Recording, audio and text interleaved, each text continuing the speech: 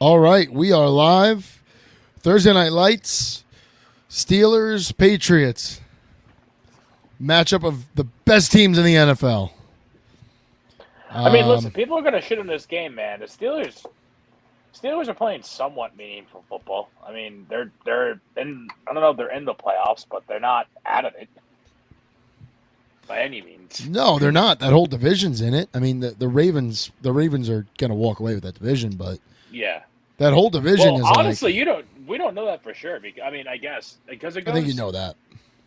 Can you remind me now how it works though? Because I feel like the Ravens, much like the Lions, can't play within the division. They already lost to the Steelers, and like I think they beat the Browns beat them. Yeah, and like it's just it's not a given to win the Browns division swept itself. Them. Oh yeah, okay, so there Browns you go. swept them, man. Yeah, I mean your divisional record matters within your division, but if you just flat out have more wins, you have more wins. That's it. Like if the So Ravens finish the year, not like college. No. Like if the Ravens are like what 9-10 wins. Like if they finish the year 13-5, 13-4, and the Browns finish 12 and whatever, then the Ravens would win the division because they have just more overall wins. But if the Ravens and Browns were tied at the end of the year, the Browns would take the division because the Browns have swept them.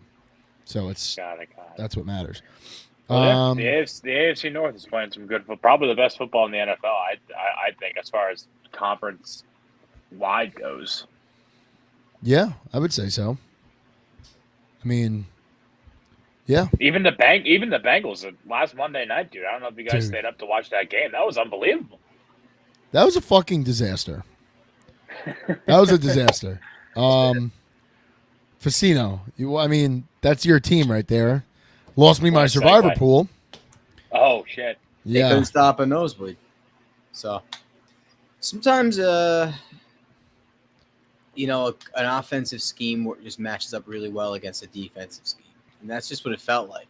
And it was like every drive. So Trevor Lawrence is unbelievable. The guy's. I hope he's okay. He's fine. He's practicing. Yeah, before we go further, can you give us the latest on that injury? Yeah, because I did put that in the description of the video.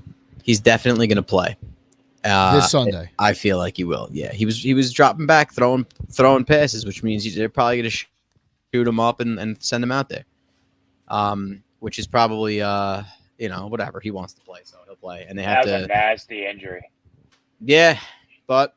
I mean, I don't know. He might have been overreacting a little bit. It seems like to be able to just practice on the following day, it's ridiculous. But it showed me a lot. I mean, Trevor Lawrence is on another level.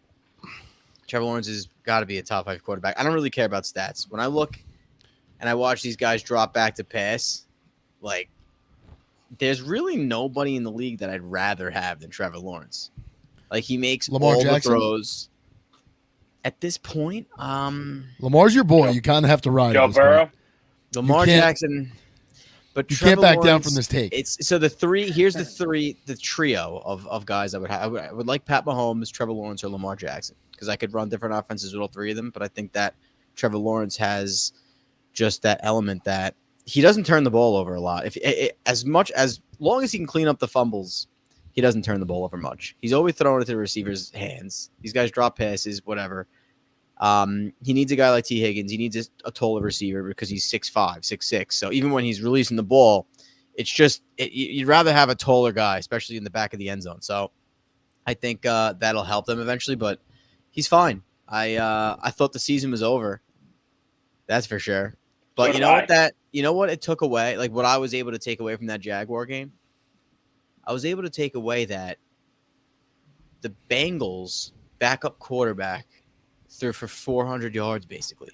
But only 400 yards of offense. 2 touchdowns. Oh, yeah, well, 1 rushing, 1 passing. Yeah. And the Jets can't score a fucking touchdown. 1 touchdown in 4 quarters. So why is it that all these backup quarterbacks can come have good games, and these quarterbacks in the Jets just look like deer in headlights? And if you go watch the All 22, guys are running wide open. Guys are open on every play. 20, 30 yards down the field, and the Jets don't have a guy that can hit those players. And I mean, Jake Browning made the Jaguars, who have a pretty good defense. The Jaguars have a pretty solid defense, and they made him look stupid. Also, Jamar Chase might be the best fucking player in the NFL. He's making his case. That guy could just take over a game. It's unbelievable how he could do that. And there's not many players that can do it. Derrick Henry, Jamar Chase can take over a game. Justin Jefferson. Justin Jefferson can take over a game. Facino, correct me if I'm wrong. This is just what it looked like that night. You guys run a lot of zone, or is that just what you ran against the Bengals? We run a lot of cover 3. Okay.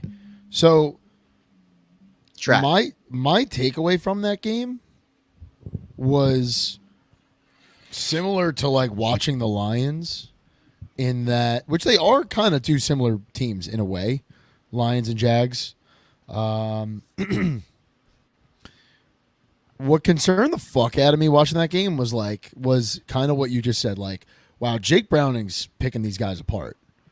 Like that's like your run defense looked pretty good. Looked solid. Like at times Mixon, had a good run here and there, but like that's Joe Mixon. Kid's fast, physical runner. That's going to happen. Like there's nothing you can do about it.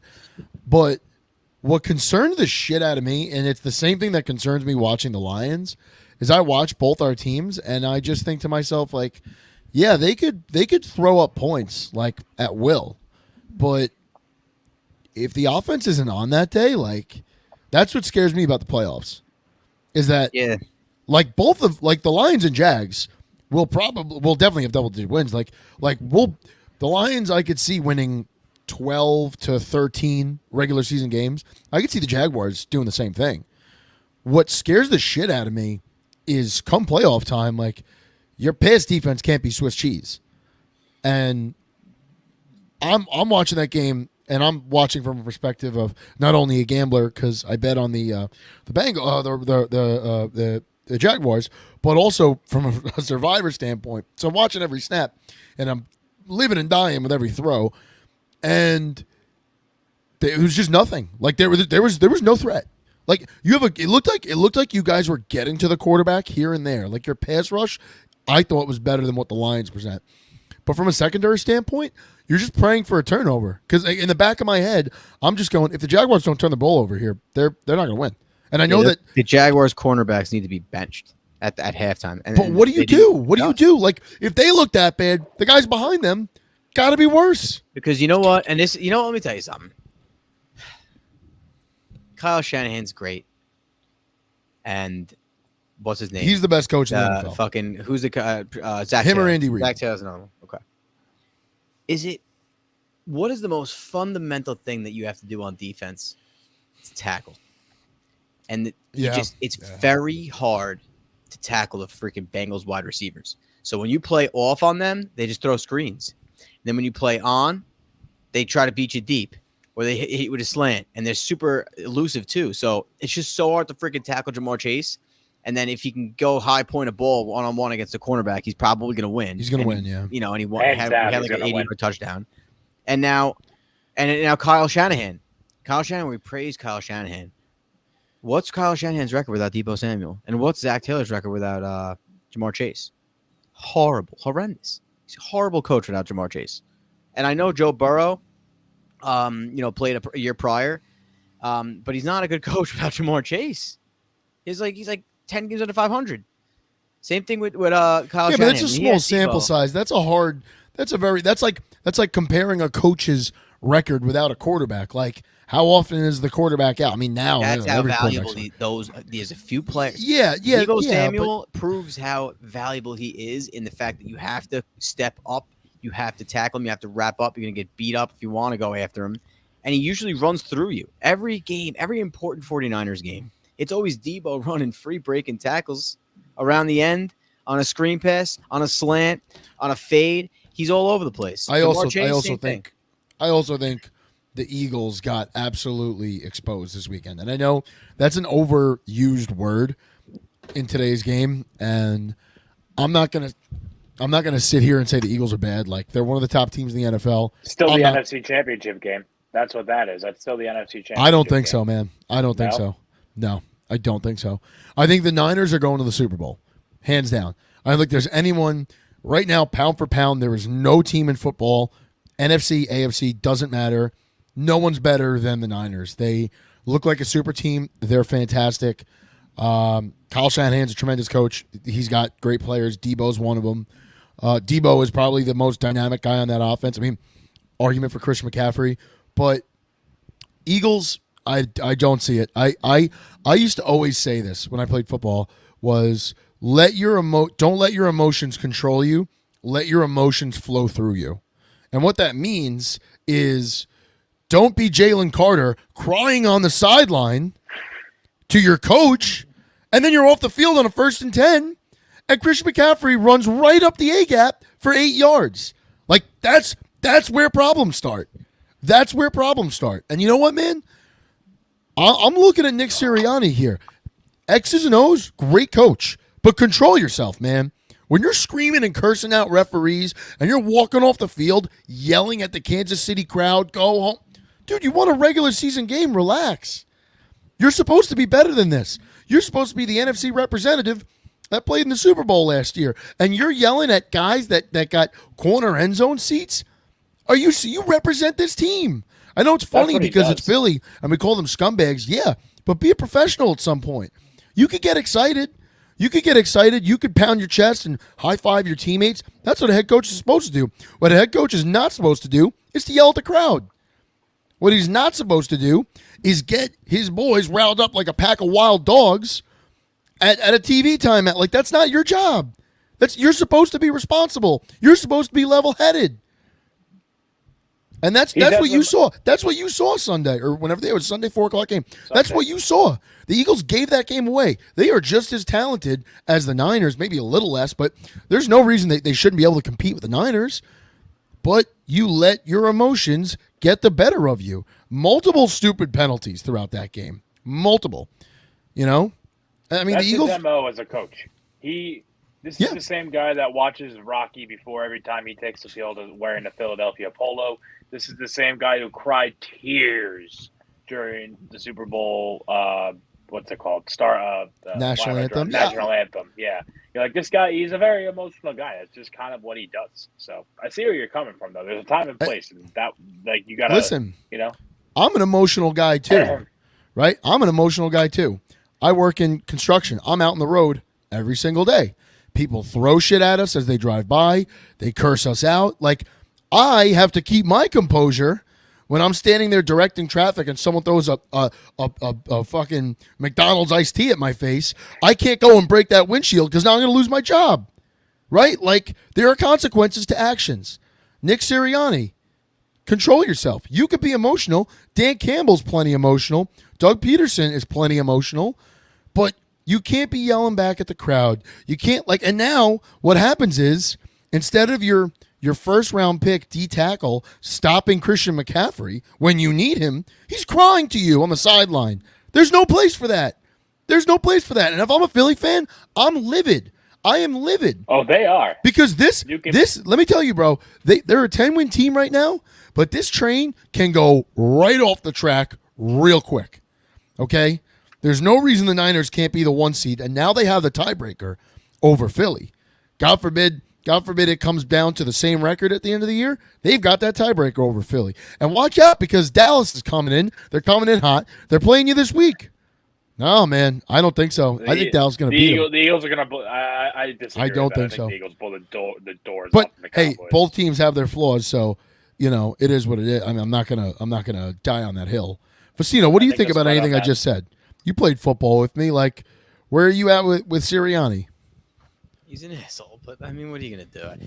The problem is that when you're like that and you're like rah like that, you have to be good. If you're not, you're just gonna get picked apart. So we'll see. I mean, Eagles are good, but I mean, Nick Sirianni, man, you have talent. There's teams that wish they had that talent. So I would shut up. He's lucky. He's got a great GM. We talk about this, like the Eagles. They went and got DeAndre Swift. What did the Jets do? They got Izzy Abanikanda. He can't even get on the field. Whoa, they got, whoa, they whoa, got, whoa, whoa! We don't talk shit about Izzy on this podcast. it is what it It's is, not, you know. it's Like not his fault. they went for Izzy Abanikanda, and they got Dalvin Cook. The Eagles traded for DeAndre Swift. We all know who the best running back of those three guys are. Doesn't matter if DeAndre Swift's healthy or unhealthy. You want to take a running back, you know he's going to get hurt. Every running back gets hurt every I think year. DeAndre's kind of leveled out, though. I mean, he hasn't done much since September. It's been very quiet. He's Well, the consistent reason in fantasy. he's been quiet because Jalen Hurts has the tush push. If there was no tush push, I think DeAndre Swift would have 3-4 more touchdowns. There won't be. They're gonna really ban that, I think. No, they're not going to touch it midseason. They've talked about it, but they're not actually. next year. Yeah, next year, At the January or whatever those like off-season meetings they have where they all take that photo. The photo. But can I just say something really quick? I wanna just shit on this comparison. I hate the whole he's only good because he has X, Y, and Z argument, so to speak. Like Kyle Shanahan's only good because he has Deebo Samuel, fucking Christian McCaffrey, whatever the list goes on. Nick Sirianni's only good because he has DeAndre Swift and Jalen Hurts, whatever, blah blah blah. And like Joe Burrow's only good because he has the receivers that he has, like shit like that. Yes, he is, but guess what? He has those. They have those weapons. It's not like I hate how that's like a black mark for people. Does that make sense? Like I think it's kind of like just a bullshit argument. You're like it always bothered me. There's validity to it. I love Jared Goff, but if he wasn't playing behind 4 Pro Bowlers in front of him, he wouldn't be throwing for 4,600 yards a season. But it's a team game. It's a team game. That's the point of a team right. sport. It's a team game, but if you throw Jared behind a bad offensive line, he's not a top 5 quarterback anymore. I mean, you could throw like there are things that are undeniable. Like Pat Mahomes, right? Doesn't matter who he plays with, he's a Hall of Famer, and he elevates the rest of the guys. And listen, Jared Goff at times definitely elevates people. I'm not saying he doesn't, but like there are people who are great no matter where they are, no matter who's coaching them. Like that's just what they are. But I mean, listen, look at Randy Moss. And I love Randy, but and maybe it was his heart wasn't in it, but or whatever. But like Randy was great in Minnesota, and then where did he go? Was it Oakland after Minnesota? The Raiders. When he was a Raider, he fell off a cliff. He was garbage. Then all of a sudden, he goes to New England and plays with the greatest quarterback of all time and breaks records again. Like it's a team game, yes, but there's validity. I mean, I think people use the excuse too much, Jerry. I think we're somewhere in the middle, Absolutely. Yeah. Like Brock Purdy. I love Brock Purdy, and I think I don't love him. But that's where this argument comes from. Yeah. I'm well behind Brock Purdy. But if you put Brock Purdy, if you put him on like the Jet, like actually it's a good question. If you put him on the Jets, we're winning 11 games. You think so? 11 games. Yeah, I do. Maybe, but you know what? Let me tell you something. Kyle Shanahan's record is 61-49. And without Deebo Samuel, he's 18-31. It's a large sample size. That's a pretty good sample size. I'll give you that. 18-31 without Deebo Samuel. He couldn't win. He lost all 3 games in him this year. A few years ago, he missed 5 games. I think he went 2-3 or 1-4. And the 2 years prior before he had him on his team, couldn't get over 500. Sometimes a guy that can break tackles and just take it 50 yards to the house is all you need. And we scheme open play. The Jaguars scheme open that end around for Calvin Ridley, but nobody can run it like Deebo.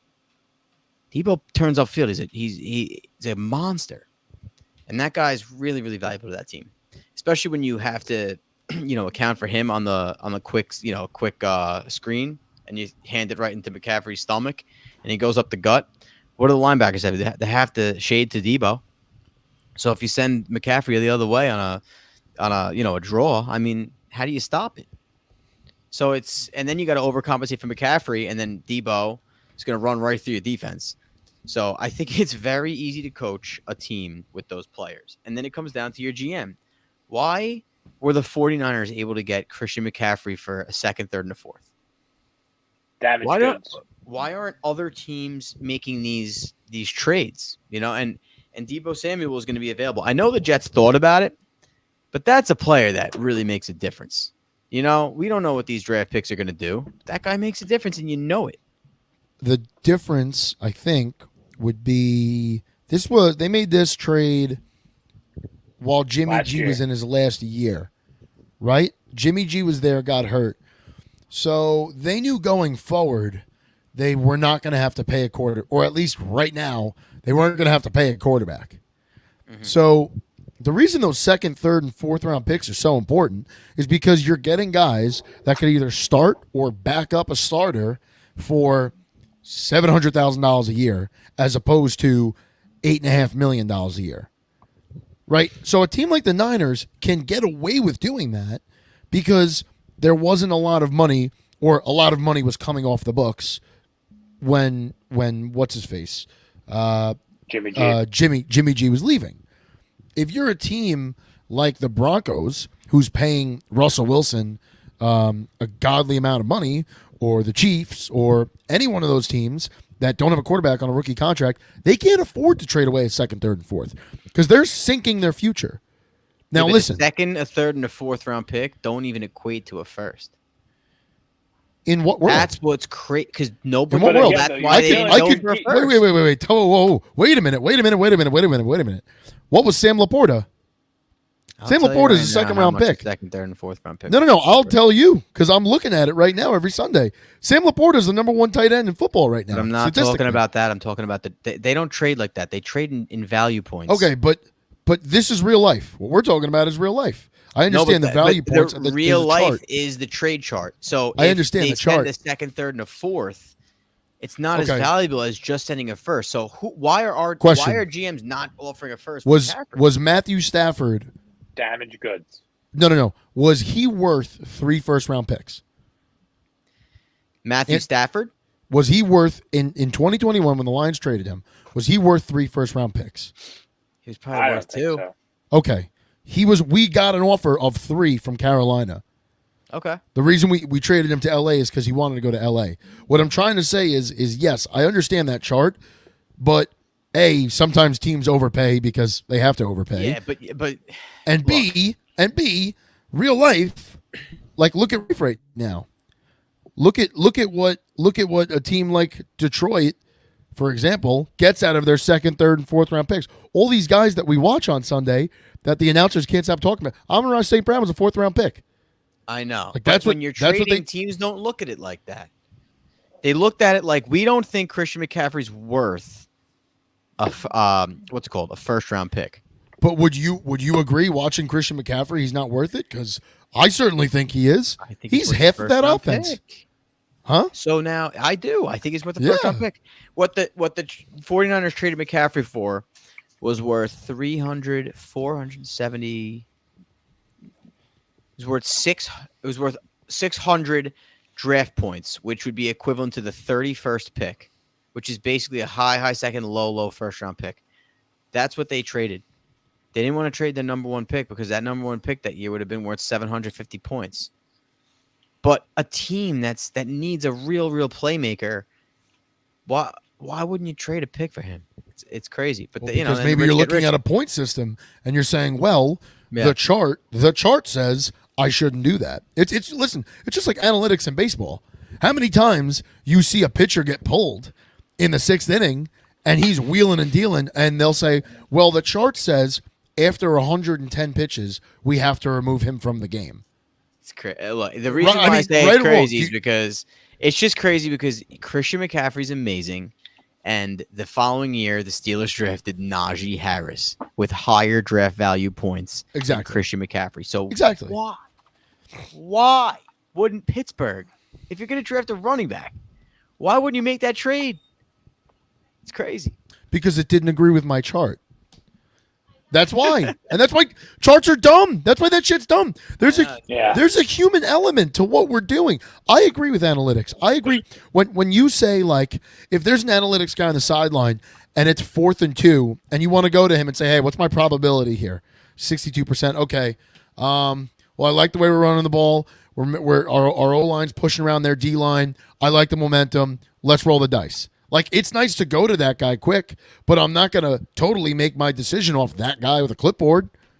And it's just like, it's the same thing that we argue about in baseball. I love analytics. I like seeing at what my guy, like for me, analytics are great after a game to say, hey, where did we fuck up? Or what did we do really well? Why did this play work? Right? Like, how come every time we came out in 21 personnel, we were moving these guys off the ball? Right? And like that's where analytics are great. But in a split second decision, it's a feel. You got to know it. That's all it is. It's a feel. Not that a trading for Christian McCaffrey is a split second decision, but like I'm going to apply the human element there. People love playing with him. He's a tremendous guy. He's a workhorse. For a running back, for the most part, a pretty healthy guy. Knock on wood. Right? Like a guy that takes care of himself, doesn't get into problems. What do you mean, Jerry?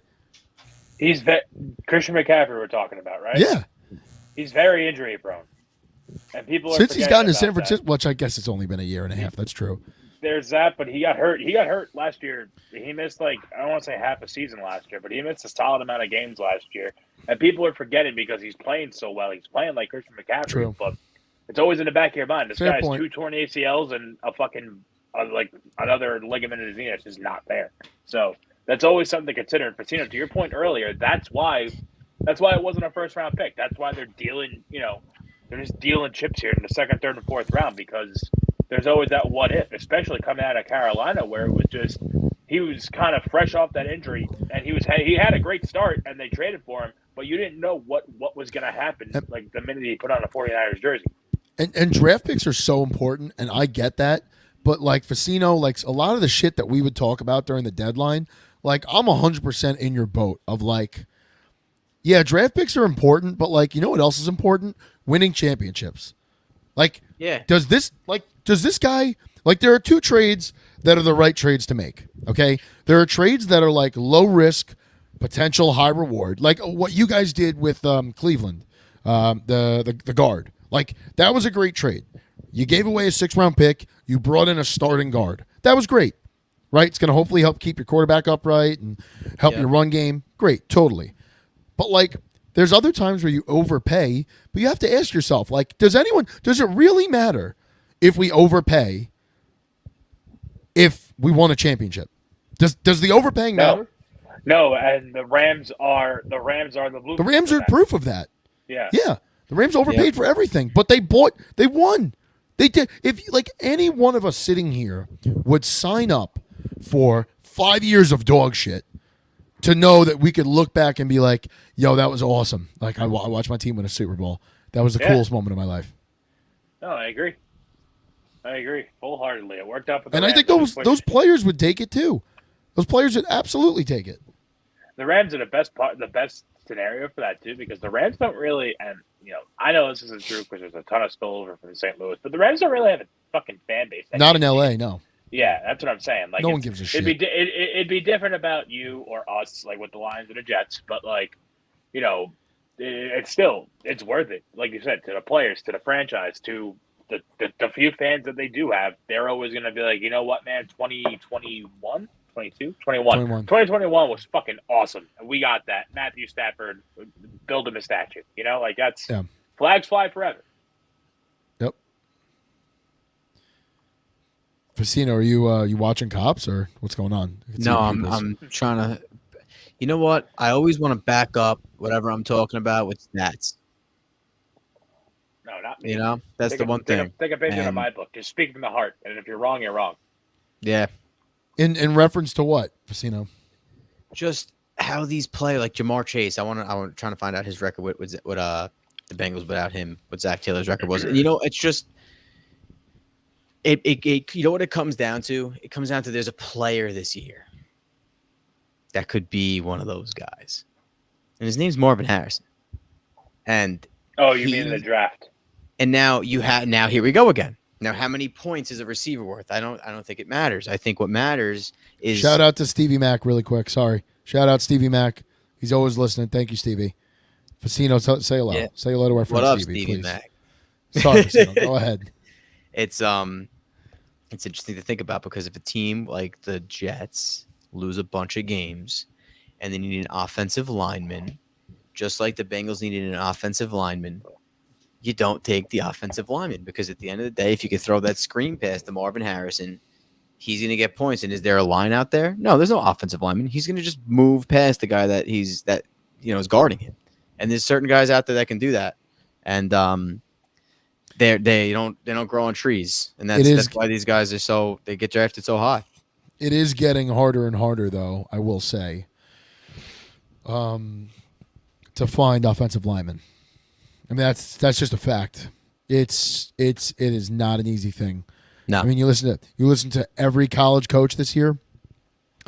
Every single dude, offensive linemen in college that are like legit, like really good, and like are like fringe second rounders, third rounders, are electing to just stay in school. That's how much money that these O linemen are making in the NIL. You're talking about not just left tackles. You're talking about guards and centers making $600,000 guaranteed to them just to stay in college.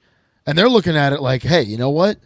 I got a guaranteed $600,000 check waiting for me. I can hopefully up my draft stock by staying here. You know what I mean? Like, it's harder, man. It's harder. It's flat out harder. How many offensive linemen put their hand in the dirt in high school? Like, all these high schools down south in the Midwest are running shotgun, these spread out shotgun offenses. There's left tackles that have just never put their hand in the dirt once. Like, that's great. Like, coming from Long Island, is that crazy? Is that crazy to hear? We literally did not run shotgun, not since JV.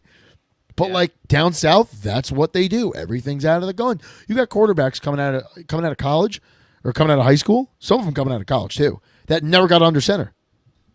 Have never taken a snap under center. Like in a real game, yeah. Because everything is out of the shotgun. Like everything is laid out to them. They're taking a lot of the thinking out, and that's what's also harder in developing these offensive linemen. Is they're taking a lot of thinking out, and it's just. If this guy's here, go here. If this guy's here, go. Like they're not teaching kids how to read anymore. Well, it's making the offensive coordinator the most important person on the football field. Right. You know, he's on the sideline, but look, there's a reason that for a long time it was Eli Manning, Ben Roethlisberger, Phillip Rivers, Tom Brady, Drew Brees, Matt Ryan snuck in there, Peyton Manning. Russell Wilson and Aaron Rodgers. No, he wasn't. Rodgers was on there for 2 years. Russell won a Super Bowl in 2012. You going to tell me he wasn't a part of that? Yes, because the play clock counts down from 40, and at 15 seconds, the coordinator is not allowed to speak to the player. But there used to be a time when they could never speak to the player, and that was when those guys played.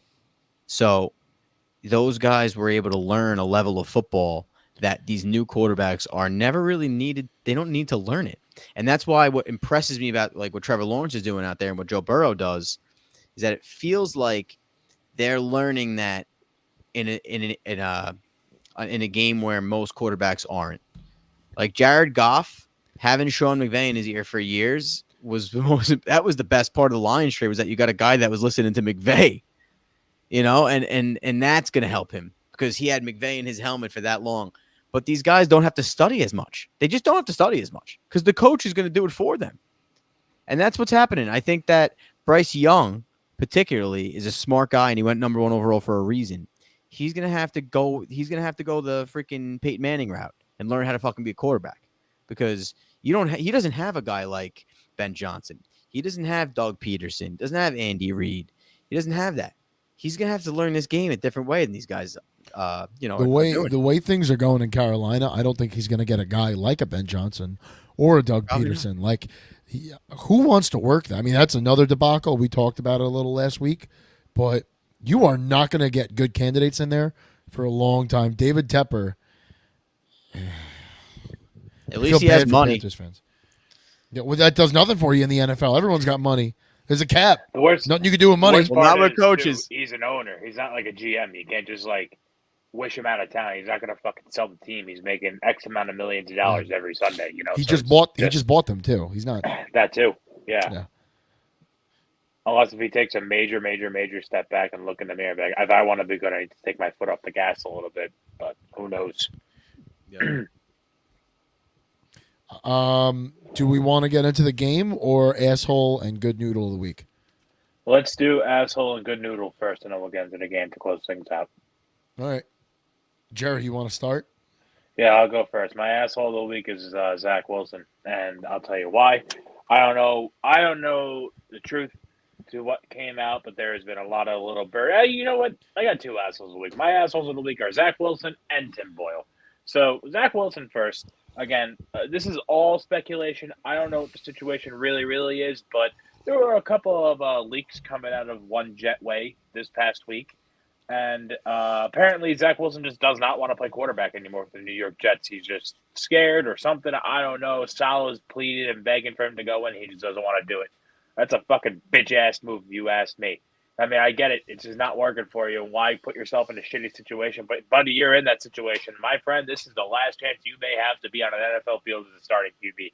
Take it and run. And do what you can. Maybe not suck. Second asshole of the week is Tim Boyle because apparently Tim Boyle is said leaker. Based upon the Pat McAfee show and Aaron Rodgers interview and Jets Reddit. I didn't really look too far into the Pat McAfee interview. I watched it while I was at the gym, but I couldn't really hear everything. I was just reading the subtitles. But it seems like Tim Boyle and Aaron Rodgers are boys, and he was kind of falling on the bullet for him here or something along those lines. So just a lot of sixth grade girl drama going on at One Jetway this week. Yep. What does your source say, Pask? You got any updates for us? Salah? Yeah, I guess just in I general. only have a source on Salah, and the source is that he's gone after this year. Whether it's a mutual parting of ways, a firing, he's gone after this year. But yeah, that's my asshole of the week. Facino, who's your asshole?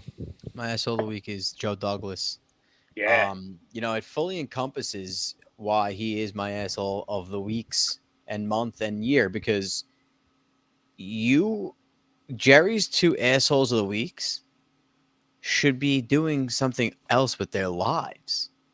They're not quarterbacks.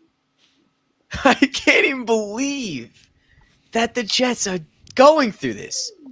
Jake Browning threw for 400 yards. Josh Dobbs is winning games. They're in playoff contention. Carson Wentz even went to the Rams. There's guys like Nathan Rourke that are sitting on practice squads of other teams that won Canadian football championships that you could at least see if they could learn the offense. But no, we're never going to sign anybody. In fact, we're going to sign a guy 10 weeks in that won't even get a jersey. And then we're going to strip Zach Wilson of his fucking duties. Then we're going to give it back to him. And then we're going to take it away again. And it's like his rookie year, he never should have played, but you put him out there. And then I'm glad you did because we found out he sucks. And then you doubled down, which is fine because he's a second overall pick. So you doubled down the second year. Let's run him out there. Do like 8 touchdowns. Got hurt. We had Joe Flacco. He was out. Then he went back in. He won a few games because the defense was good. We lost our guard. He couldn't do anything. Mike White comes in. Oh, what do you know? Mike White's good. Remember, Zach Wilson's rookie year, he got hurt. What happened? Mike White threw for 400. Then Zach Wilson was hurt again, and what happened? Oh, yeah, Josh Johnson threw for 400. So it's like, and why are our other quarterbacks able to do that? 2021, 2022, other quarterbacks are able to do that. Then this year, Rodgers gets hurt, and they roll out the guy that wasn't capable of doing what they needed to be done. They saw the sample size, although it was small, of what Mike White could do. And he's not a great quarterback, but what he could do with the offense. And then they saw what Josh Johnson could do with the offense. They saw what Zach Wilson could do. Zach Wilson was the worst of the three, which means he's a third-string quarterback if you put him in a room of backups. So now you got to go. The following year, he is the backup, second string, fails at his job. We take him out of the game, put a guy that's incapable. Now we want to tell the fans, oh, Zach's our best option. Hooray. Why would anybody ever celebrate him coming back in as our quarterback? That is pathetic. At some point, you have to stand above the bullshit and say, you can't do this to me anymore. I'm not going to watch. I'm not going to turn it on. I'm not going to watch the Texans game. I'm going to make sure that does not get streamed on my TV on Sunday because I don't want to watch it. I know the product that I'm getting. I've seen 31 of these products. Only 2 of them have ever been an actual game where I saw a real quarterback. And even then, it was like he kind of got lucky. He's throwing up prayers against the Titans. So it's really upsetting. So what are you going to watch on Sunday? Watch the Jaguars and the freaking Browns. Kidding me? Watch a real quarterback. And I'm going to watch a team with a backup quarterback that's going to fucking do something for him. Because the Browns don't have a good quarterback, but they're competing in games and winning games. That Browns quarterback, are doing what the Jets should be doing. I said this a couple of weeks ago. that That's what the Jets should Browns, be. Jerry, the Browns quarterback is Joe Flacco. Up until week 4, Oh shit! and I Yeah, know, that's look, right. but Joe Flacco started this season off last year, and he was leading the league in passing yards after 3 weeks. People forget that because the Jets were 1-2, but he was leading the league in passing yards. That would have been fine this year. If my quarterback could throw for 3,800 yards this year, the Jets would be going to the playoffs. And you know what? I agree. Maybe Rodgers would be coming back. But this is what we have. We have a bunch of bullshit. And Jesus. it's Joe Douglas's fault again, over and over I'll again. be watching on Sunday. He ready deserves to to be lose heard. his job. And I don't know what sources you have, Matt, but if you're telling me that Robert Saleh's done, I guarantee you that Joe Douglas is out of there. There's no way you can give him another chance. He's 40 games under 500 in 5 years. Jeez. Listen, this is just what I'm told. I'm told that he is not happy there. So, which shocker. Okay. So your coach is quitting on you. The GM hired him. Well, supposedly, whatever. I'm not going to get into speculation anymore. Speculate. What else? I think it's Speculate probably on. because is he the real leader there?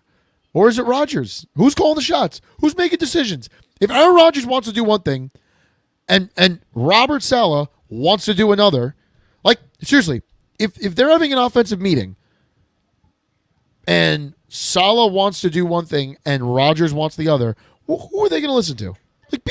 Be real with me. Who do you think they're listening to? I would never listen to. I would always listen to Okay. Aaron Rodgers. Of Okay, course. well, there you go. But Do that you mean- you think that's the reason, or do you think the reason is because the fucking No, guy I think he has no control. I don't think he has But- control, man. but I don't Matt, think he's got control of that team. he Do does. you think Robert Saleh has control of that team?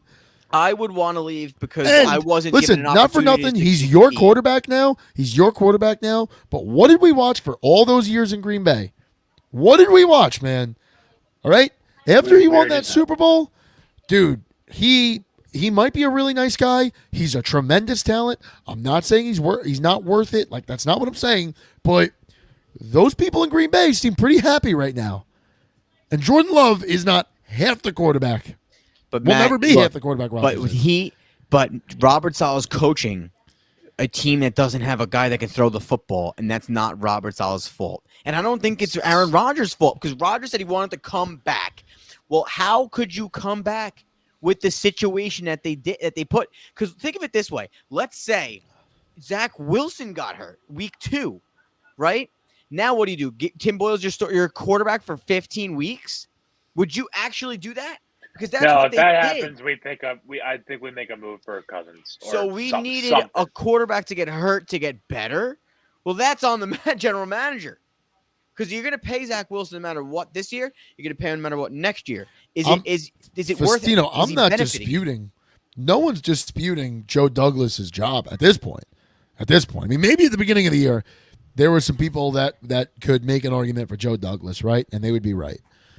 Right now, there's no argument you could paint for me that makes Joe Douglas, Stevie Mac, Sean McDermott's his asshole of the week. Stevie, comment. Tell us who your good noodle is of the week. Who made you? You don't gamble, but who won you a fantasy game or made you happy in one way or another? No. So where was I going with this? ADD killing me. Joe Douglas. So yes. I'm not sitting here arguing for Joe Douglas. I'm not telling you he deserves to keep his job. I'm not telling you he's a good GM. I'm not saying any of that. The guy who's an offensive lineman couldn't scout offensive lineman to save his own life. And he played O-line. So I'm not making an argument for him, but I'm also saying we saw what we saw in Green Bay. We know what Rodgers could do to a locker room. We know that he's divisive. We know that he does cause problems. All I'm telling you is good luck next year when you bring in a new GM and a new head coach and Rodgers is still there, and watch this happen. Watch you guys fire Saleh, you fire the other Shem, Joe Douglas, and watch for some odd reason Nathaniel Hackett will keep his job. He won't be elevated. Keep his job. He's going to be the head coach. No. Watch them hire a new head coach and tell that head coach and general manager, hey, if you're going to take the job, we're just letting you know as long as Rodgers is here, Hackett's got to be here too. Watch that happen because that's happened before with people. I Watch think it's that going to be happen. Harbaugh. I'll say this. It's not. No, Harbaugh's signing an extension. If Aaron Rodgers is on the field, I think Harbaugh's signing. Nathaniel Hackett works out. Harbaugh is either in the process of signing an extension. I got 2 updates today about him signing an extension in Saw Michigan. that. No, That's so dude. stupid, though. And the because Jets aren't going it's to buy only- out it's the gonna hurt- Michigan It's extension. going to hurt him more than it's going to help him. He's going to get fucked by the NCAA. And I mean, I get it, but Well, there's talk of We'll- Michigan has already threatened after all this shit happened. There was a lot of articles that came out of Michigan potentially leaving the Big Ten because of this. I'm not telling you that's going to happen. I'm just people were writing about it, and where there's smoke, there is some level of fire. Whether it's a candle or a bonfire, there is clearly a discussion.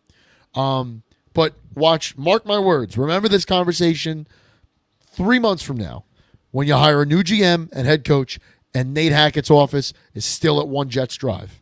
Watch. Wow, they're actually going to. And that'll tell you who's pulling the strings and who's calling the shots. Because I watched it happen when he was in Green Bay. I watched it happen. The man literally petitioned for them to fire Mike McCarthy. And don't get me wrong, Mike McCarthy fucking sucked. And I think LaFleur is better, but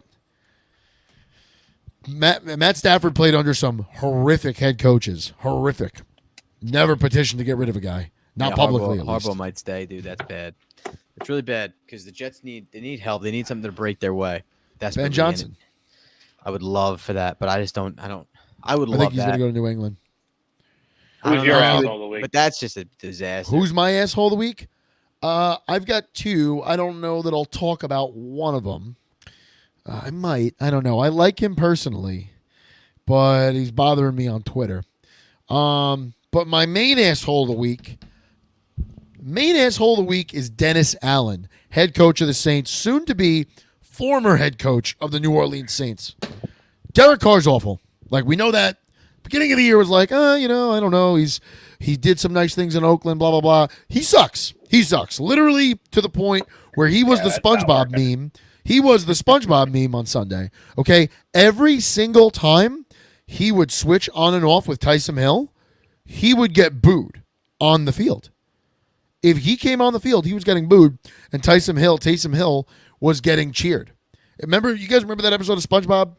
When with the hand. Squidward would stick his hand out and it was quiet, and SpongeBob, and he would get a cheer. That's what the Saints game was. And shame on you, Dennis Allen, because Taysom Hill was running all over the Lions defense and passing all over the Lions defense. Taysom Hill was dictating the game. And you didn't consistently keep him out there. Finally, Derek Carr broke his – he did something. Derek Carr got hurt. Bruce Irvin fell on him, and that took him out of the game. And instead of just saying, you know what, this is what works, let's just roll Taysom Hill out there, they can't stop him. What do? You turn to Jameis Winston, who's shown you nothing other than throwing interceptions and licking his fingers to make a W. Maybe it's some crab leg juice. I don't know. But shame on you, Dennis Allen. Who cares if the offense wasn't traditional? Who cares if it's not something that you teach? It doesn't matter. You got to roll with what works. If what works that day is basically a wildcat offense, then run it. The Lions defense couldn't stop Taysom Hill. He ran all over us. He passed all over us. When was the last time you ever heard that? Taysom Hill passed all over your team. Look, 2 years ago, when the fantasy fiasco, remember that? When he was available to be a quarterback and he was getting I think it was 2 or 3 years ago. Well, now he's a good tight end. No, I know. No, he's a great tight end in fantasy. But there was 1 year when Taysom Hill first hit the scene, he was available. He was getting quarterback points or something like that. You could have I don't know. It was some weird lineups. Basically, all the fantasy apps just weren't you could put him ready for anywhere. Exactly. That was what it was. To tie into Stevie Mac here, Stevie is Walmart. Walmart is my good noodle of the week because they had the Xbox Series X for $150 off. Was it 150 off, or were you able to just outrun Gail Lewis? That's the real question. If the Mets get Yamamoto and Cohen and Stearns are super good noodle of the week. That goes into my second asshole of the week. I met him at a Yankee game. Super nice guy. I think he's really talented. I love him. First, for a long time, it was like a troll job he would do on Twitter. It wasn't really like that on WFAN. On WFAN, he's very balanced, very fair, in my opinion. But on Twitter, I thought it was trolling, but now he seems kind of serious. Keith McPherson. Keith, you're a Yankee fan. The Yankees got Soto. Any rational Met fan is not upset about that. He's out of the NL. He didn't go to the Braves. The Braves didn't trade for him. We play you 4 times a year. Am I a little upset that the Mets couldn't get him? I mean, I guess, but he was never on our radar. Now, will I be upset if the Yankees sign Yamamoto? Yes, 100% I will. But Keith McPherson, every single time I open up Twitter to look up and see if there's anything new on Yamamoto, there's a new tweet from you shitting on Mets fans that are like in your mentions. And it's not like it's Mets fans with like 13 followers. You don't have to quote tweet those people. They don't exist. Like, unless you're getting called out by like Salicata, who's a big time asshole, like, let it be. Enough. Well, you know what, Matt? This was the best move the Yankees have made in since Ruth. Dude, I think it was a great move. I'm not telling you it wasn't. But to be like if the Mets sign Yamamoto, the first thing I'm gonna tweet is not at Yankee fans. Like, I'm excited for the Mets. I don't care. This is amazing. This is amazing. Like, it's been 5 off seasons in a row where the Yankees need to add a lefty fucking power hitter, and they're adding Joey Gallows. Like, and then we're adding righties left and right, passing up on Freddie Freeman, not offering Bryce Harper a contract. Nothing. Crickets on Mookie Betts. Didn't even get traded for that much. The guy that they traded for, yeah, but they weren't going to trade him to you guys. Now. They were not going to trade him to you guys. But it's funny because all these guys get passed up. They're all lefties. Matt Olson, and finally they add a lefty, and he's really one of the best lefties. I think he hits 50 home runs this year. That porch is short, man. Yeah, he could. That's he true. Definitely could. He's fantastic. He's an unbelievable player. But that's all I'm trying to say. Like, we're clearly on your mind if you can't stop tweeting at us. And it's, once again, it's weird at this point. You're a radio host. You work at John Boy. In my opinion, you made it. Like, you're the most talented guy at WFAN. You don't need to think about Met fans with 14 followers calling you a clown. Like, you're not. But you look like a clown when you quote tweet them and you make fun of us. Because any genuine Met fan right now isn't mad at you, right? I mean, I don't know. That's my opinion. There's that was no my reason take to on be, like you said. Yeah, I agree. it was weird that the first thing out of your mouth was like coming after us. Weird, but whatever. Good noodle of the week, Jerry. What do you got? Justin Jefferson, welcome back. Too little, too late. I was on a hell of a run in one of my fantasy leagues. Had him on the team. 20 points after 20 points, week after week, rolling. He gets hurt. He goes down for a while. I really needed him back last week or the week before when there was talks about him returning early. They sat him. I get it. But excited to have him back in my lineup. I'm out and across the board just about in all my fantasy leagues, so it doesn't really matter at this point, but I'm going to be keeping him. So, yeah, welcome back. Hopefully you heal up and we're ready to go. Facino, you're a good noodle. I am going to go with a backup quarterback that came in the game with 4 minutes left after his kicker missed a field goal, down 3. CJ Beathard looked prepared, man. And that's the thing with backups. Yes. He looked prepared, and I thought he won the game. I mean, it was a ticky-tack holding call. He went fucking deep on 3rd and 7 in overtime, and he fucking hit Calvin Ridley down the field. That was a beautiful throw. And he's done it in the past, actually, but it's just cool to see, these backup quarterbacks that can come in And, Browning had the whole week. He would be my good noodle, but I think that not having the week with the reps and coming in with 2 minutes left down 3 and leading them down for points, then having the ball and going down again, trying to get points again. I thought that was really awesome, especially because when you think you lose your quarterback for the year, you need the backup to give you something to be happy about. And that was awesome. I thought he did a good job. So good noodle of the week. Absolutely. Even though they lost. My good noodle of the week. I'm trying to look up the quote here. My good noodle of the week is Lions fans. I tailgate with a lot of you guys. I drink beers with a lot of you guys. I celebrate, or sometimes we sit in misery together. But hats off to Lions fans. Good noodle of the week, Lions fan base. The Superdome is a very, very, very difficult place to play in, no matter how bad the Saints are. The Saints GM this week, I'll paraphrase here. Oh no, I'll read directly from. We're used to having a large number of Saints fans at some of our away games. We're not used to having the volume of visiting fans at our games. So I would say, look, our stadium sold out on a season basis. It's disappointing to have so many tickets resold, given to visiting fans, but I understand the economics of it. And then he talks a little whatever, blah, blah, blah. But I was a little caught off guard with the volume, as you said, in the lower bowl. This was unusual, and I understand it, but that doesn't mean I have to like it. Lions fans, you're showing up, man. You're showing up on the road. You're showing up at home. That makes a big difference, man. That makes a huge fucking difference when your offense comes out on the field and it's quiet. Like, that's a luxury. That's a luxury, and there's something about it's not just Lions fans. Like, you see it a lot with the Midwest.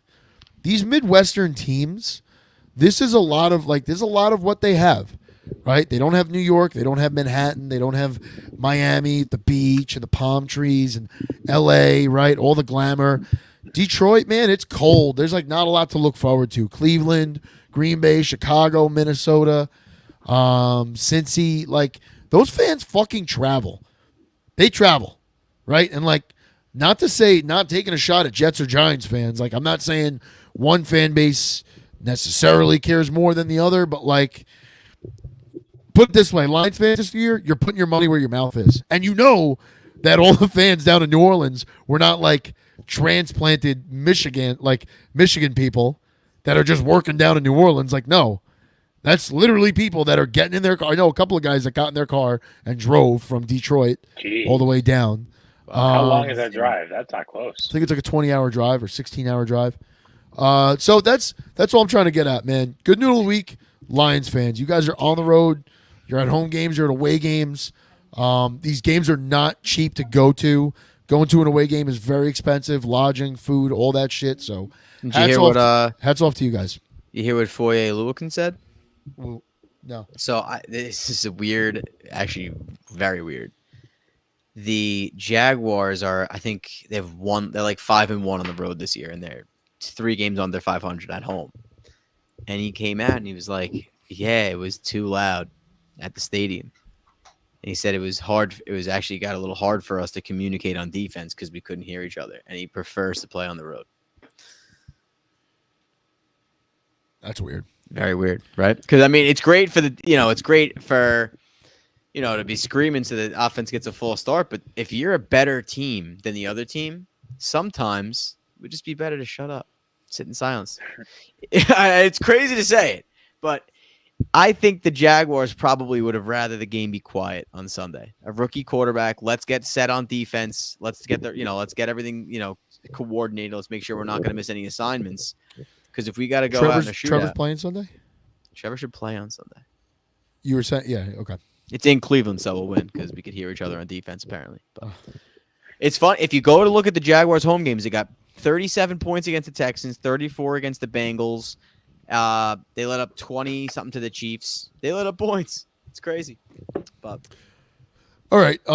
Very quickly, do we have any bets tonight? Jerry, do you have anything? George Pickens touchdown and the under. Okay. What'd you get the under at? 29?